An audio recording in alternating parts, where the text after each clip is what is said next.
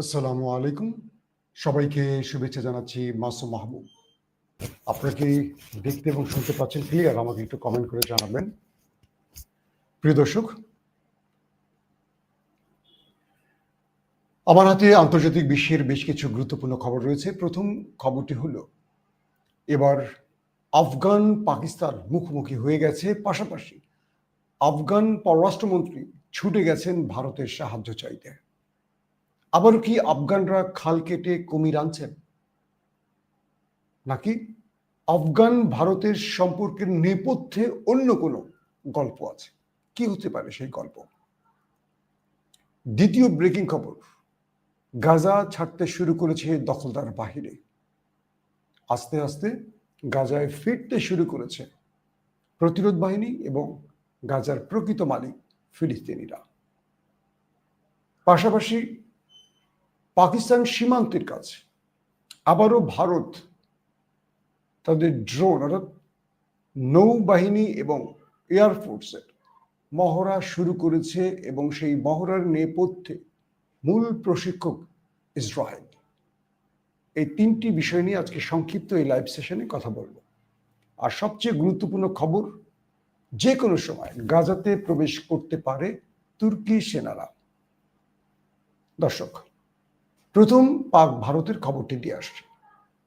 সাম্প্রতিক সময় দখলদার দেশটির হাই অফিসিয়াল অর্থাৎ সেনাবাহিনীর গুরুত্বপূর্ণ কর্মকর্তারা এসেছিলেন ভারতে। এরপর কিছু গুরুত্বপূর্ণ ডিভাইস, ইকুইপমেন্ট, সামরিক অস্ত্র, যাই বলি না কেন, দিয়ে গেছে এবং যে জিনিসগুলো ভারত দখলদারদের কাছ থেকে কিনেছে তার উপর প্রশিক্ষণ ব্যবহারের কাজগুলো শিখিয়েছে দখলদাররা ভারতকে।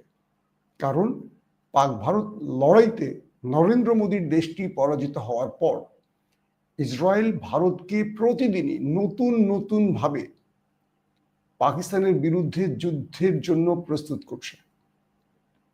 আজকে যে ভিডিও ফুটেজ দেখলাম ভারতীয় গণমাধ্যমের সূত্রে, সেখানে ড্রোন থেকে শুরু করে বিভিন্ন দখলদারদের সামরিক অস্ত্রের ব্যবহারের উপর মহড়া চলছে এবং ভারতীয় নেভি, ভারতের এয়ারফোর্স, এই দুটো সংস্থা একযোগে মহড়া চালিয়েছে।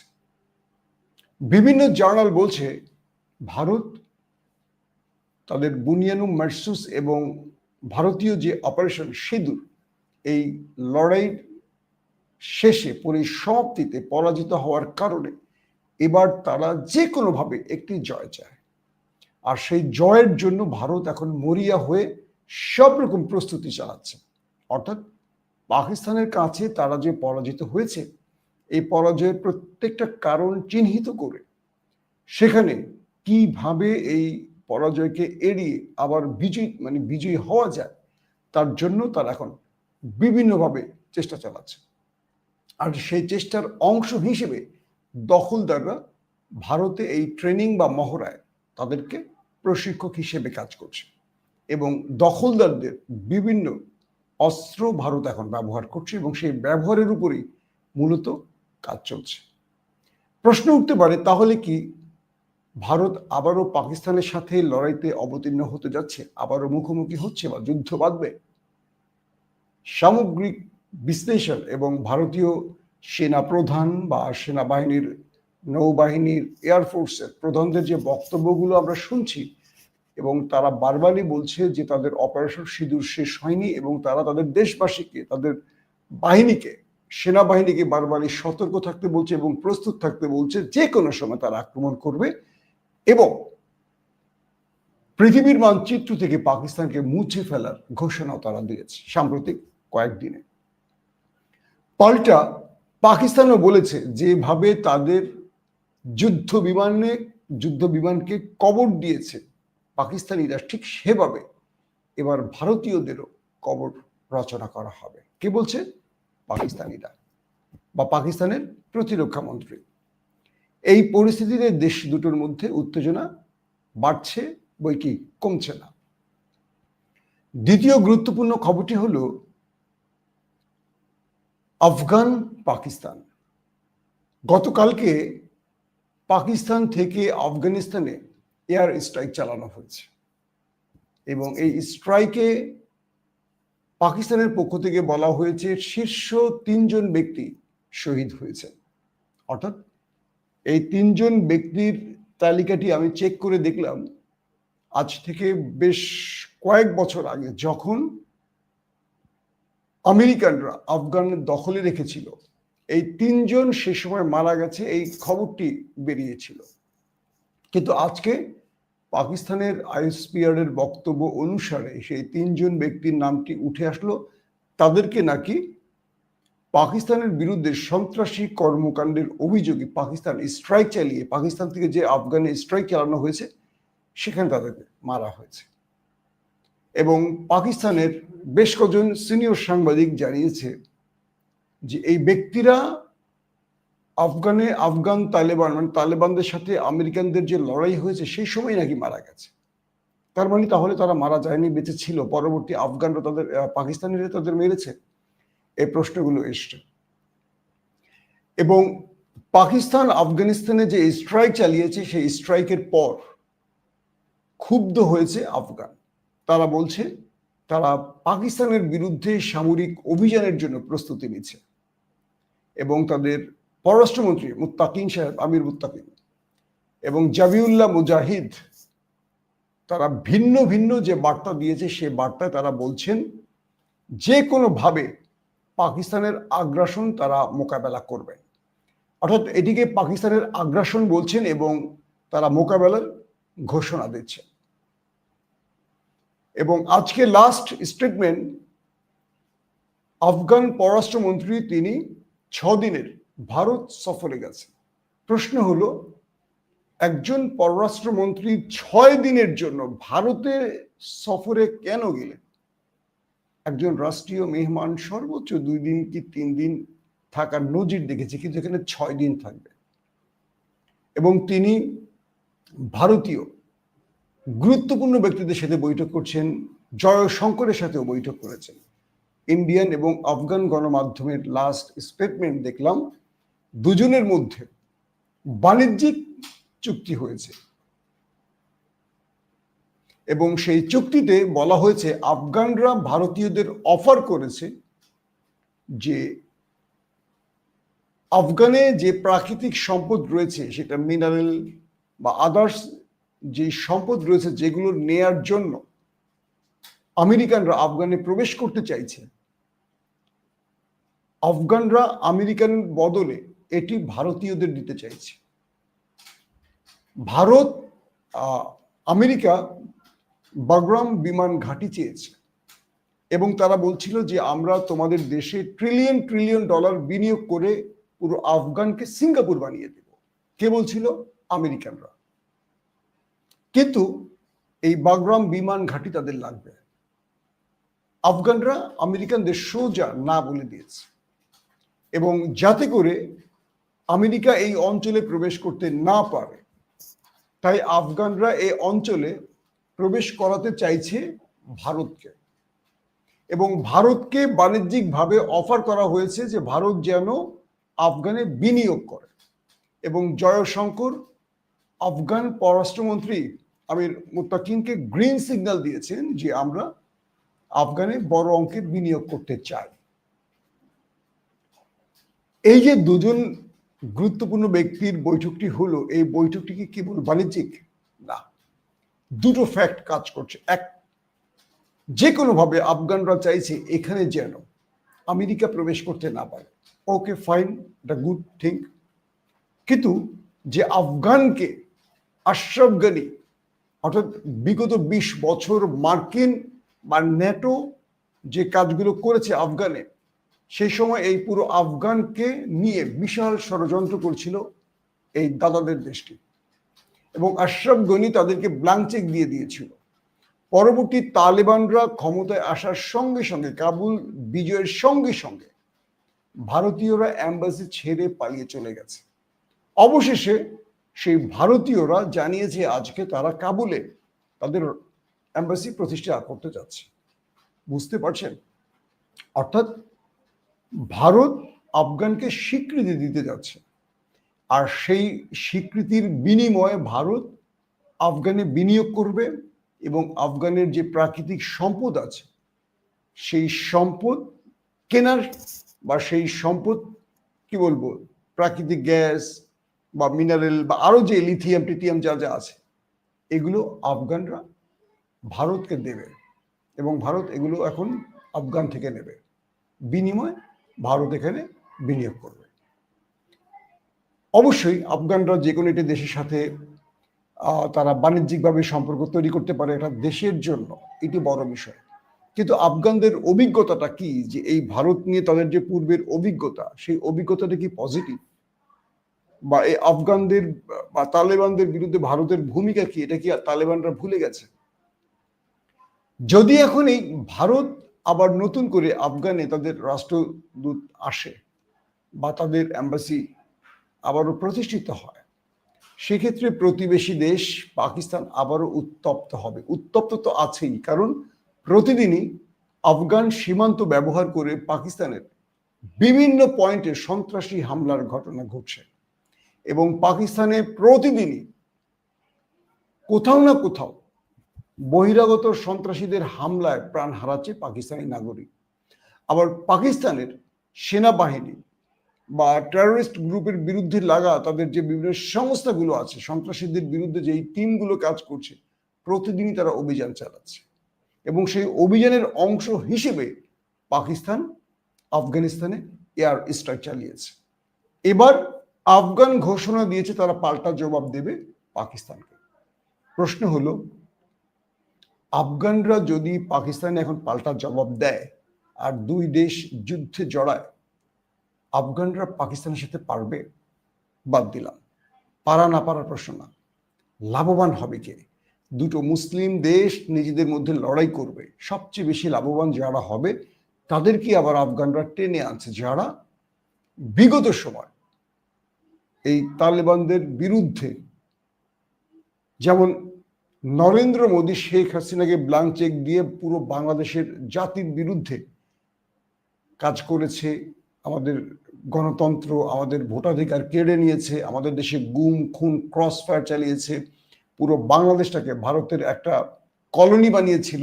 ঠিক সেম গত 20 বছর আশরাফ গনি যখন রাষ্ট্র ক্ষমতায় ছিলেন বা তার আগে যারা ছিলেন, এরা প্রত্যেকে আফগানিস্তানকে ভারতীয় কলোনি বানিয়েছিল। শেষ পর্যন্ত তালেবানদের এক কূটনৈতিক চেষ্টা এবং সামরিক চেষ্টা 20 বছর শেষে পালিয়ে যায় সকল শত্রু। এবং এ কাজে নেপথ্যে কারা সহযোগিতা করেছিল? পাকিস্তান, পাকিস্তানের আইএসআই প্রধান ফায়েজ হামিদ এবং প্রধানমন্ত্রী ইমরান খান।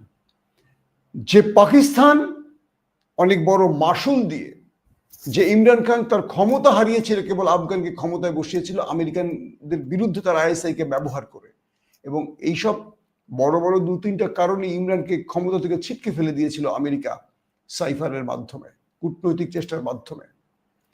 আজকে সেই তালেবানরা আবারও পুরনো পথে হাঁটবে, এগুলো নিয়ে অনেক বিশ্লেষণ আসছে। পাশাপাশি পজিটিভ বিশ্লেষণ হলো এটা যে আফগানরা প্রতিবেশীদের সাথে সুসম্পর্ক করতে চাইছে। আফগানরা কি বাংলাদেশের মতো এই ভূখণ্ডকে বর্গীর হাতে তুলে দেবে, অথবা ভারতীয়দের কাছে তুলে দিয়ে মাথা নিচু বা যেটাকে বলি পররাষ্ট্রনীতি, নতজানু পররাষ্ট্রনীতি তৈরি করবে? নাকি আফগানরা একটা বৃহৎ দেশের সাথে শুধু বাণিজ্যিক সম্পর্ক চায়? সেটা হয়তো সময় বলে দেবে। তবে এখানে কৌশল যেটা শুরুতেই বললাম, আফগানরা আমেরিকানদের এই অঞ্চলে ঢুকতে দিতে চায় না বলেই তারা ভারতকে টেনে আনছে, চীনকে টেনে আনছে এবং রাশিয়াকে টেনে আনছে।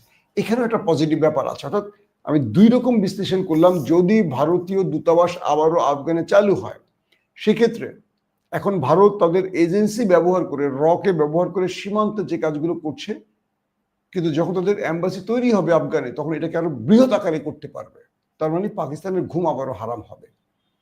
প্রশ্ন হলো, আসিফ মনির সরকার আফগানদের সাথে কেন সমঝোতায় যাচ্ছে না বা তাদের সঙ্গে আলোচনা কেন করছে না? আবার প্রশ্ন হলো, আফগানদের কাছে কেন আফগান সীমান্ত ব্যবহার করে বারবার পাকিস্তান আক্রমণ করছে আর আফগানরা সেটা বন্ধ করতে পারছে না? এই যে প্রশ্নগুলো, এগুলো সবই আসলেই আমি যেটা বলবো যে এই প্রশ্নগুলোর উত্তর আমাদের জানা খুব জরুরি। কারণ প্রতিদিনই পাকিস্তানের ভেতরে হামলা হচ্ছে, আর সেই হামলাগুলোর নেপথ্যে কিন্তু দাদাদের এজেন্সি কাজ করে। দাদাদের এজেন্সি কিভাবে আফগানের সীমান্ত ব্যবহার করছে। তার মানে আফগানরা পাকিস্তানের বিরুদ্ধে দাদাদের এই সুযোগটি তৈরি করে দিচ্ছে। তার মানে পাকিস্তানের রাইট আছে স্ট্রাইক চালানোর। আবার যদি পাকিস্তান এই ক্ষেত্রে মিথ্যাচার করে, প্রশ্ন হবে পাকিস্তান কেন এই কাজটি করবে তাদের বিরুদ্ধে। তার মানে আবারও নতুন করে আফগান পাকিস্তান মুখোমুখি হচ্ছে। অন্যদিকে ভারতের জন্য আফগানিস্তানের দরজা খুলে যাচ্ছে। শিগগিরই ভারত আফগানিস্তানে তাদের এম্বাসি খুলতে যাচ্ছে, এমন ঘোষণাও আসছে। শেষ খবরটি হলো গাজায়।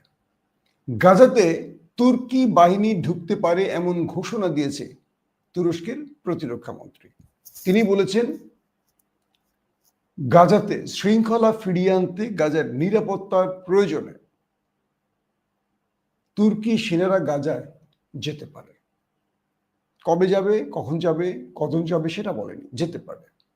তারা বলছেন যে তুরস্ক সেনা পৃথিবীর বিভিন্ন দেশে শান্তি প্রতিষ্ঠার কাজ করছে এবং গাজার প্রয়োজনে তুর্কি সেনারা এই অঞ্চলে কাজ করতে পারে এবং হামাস গাজায় তুর্কি সেনাদের কি চাইছে বেশি। এখন শেষ পর্যন্ত এটি আমেরিকানরা মানবে কিনা। গ্রান্টার যে 4টি রাষ্ট্র, এই যুদ্ধবিরতির যে মূল 4টি রাষ্ট্র গ্রান্টার, একটি হলো আমেরিকা, একটি তুরস্ক, একটি কাতার, একটি মিশর।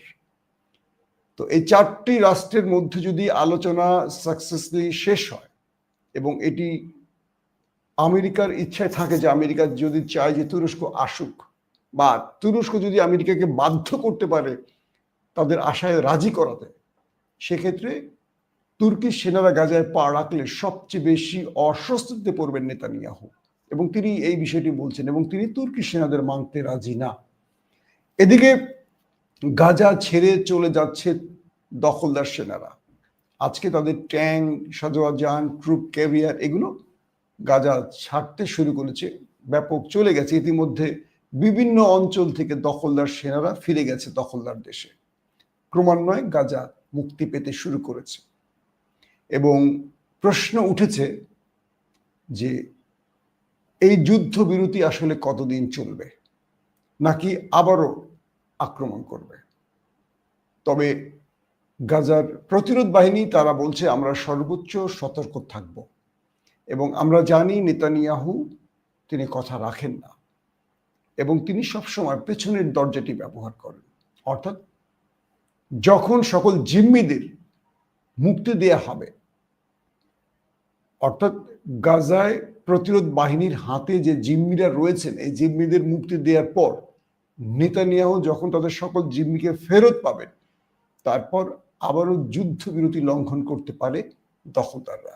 এই আশঙ্কা থেকে তুরস্কের সেনাদেরকে গাজা চাইছে হামাস। কারণ তুর্কি পাশাপাশি যদি একটা মুসলিম সামরিক জোট, হোক সেটা সৌদি আরব, হোক সেটা কাতার, হোক সেটা মিশর বা আদার্স যে কোনো রাষ্ট্রের সম্মিলিত একটি সামরিক বাহিনী তুরস্ক গাজায় অবস্থান করে, সেক্ষেত্রে দখলদাররা এই অঞ্চলে আক্রমণের সাহস করবে না।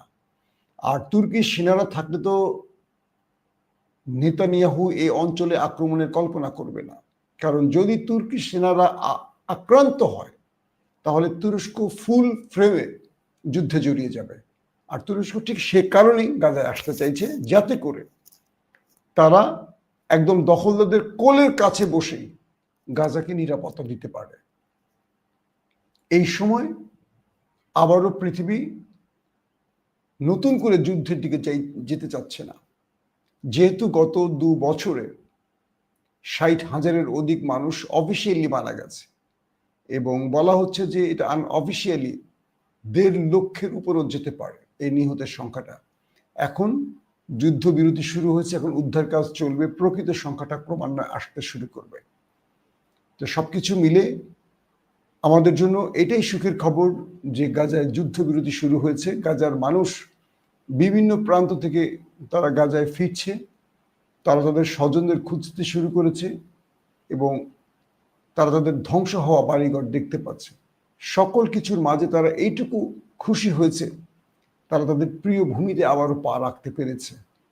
কিন্তু টেনশন ওই একটাই, জিম্মিদের ফেরত পাওয়ার পর কি করবে ট্রাম্প, কি করবে নেতানিয়াহু। আল্লাহ হাফিজ।